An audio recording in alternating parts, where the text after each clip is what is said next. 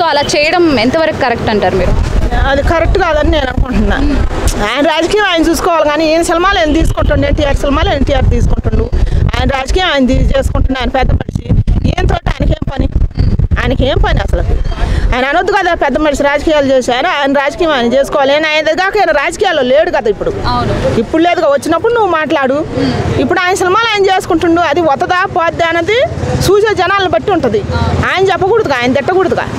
ఆయన ఎందుకు తిడుతాడు అసలు ఎన్టీఆర్ని? అంటే ఈ టీడీపీ స్థాపించిన సీనియర్ ఎన్టీఆర్ గొప్ప వ్యక్తి మనవడైన జూనియర్ ఎన్టీఆర్ని అనడం ఎంతవరకు కరెక్ట్ అంటారు? కరెక్ట్గా తప్పేనే అంటున్నా.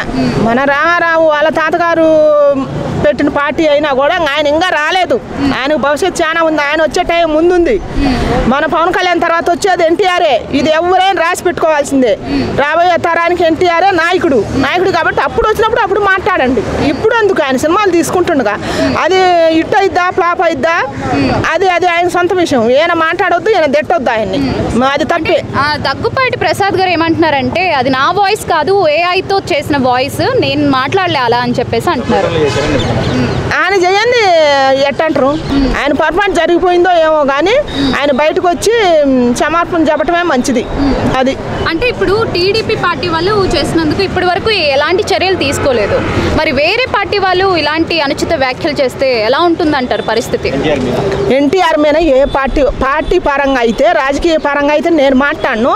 వాళ్ళు కూడా చేయొద్దు. ఆయన ఎవరి జోలి రాలేదు. ఎన్టీఆర్ ఎవరి జోలి ఏ పార్టీ నాయకుడిని అనలేదు, ఎవరిని అనలేదు. ఒక రాజకీయ పిచ్చితో ఎవరిని అనలేదు. ఆయన సినిమాలు ఆయన చేసుకుంటుండు. ఇప్పుడు పార్టీ పరంగా మీకు పొగలుంటే మీరు అనుకోరు. మధ్యలో ఎన్టీఆర్ని లాగేది ఏంది? ఆయన లాగకూడదు కదా, తప్పు కదా. ఆయన మీద ఎలాంటి చర్యలు తీసుకోవాలి? ఆయన పొరపాటు జరిగింది. ఆయనకి వచ్చి క్షమాపణ చెబితే చాలు.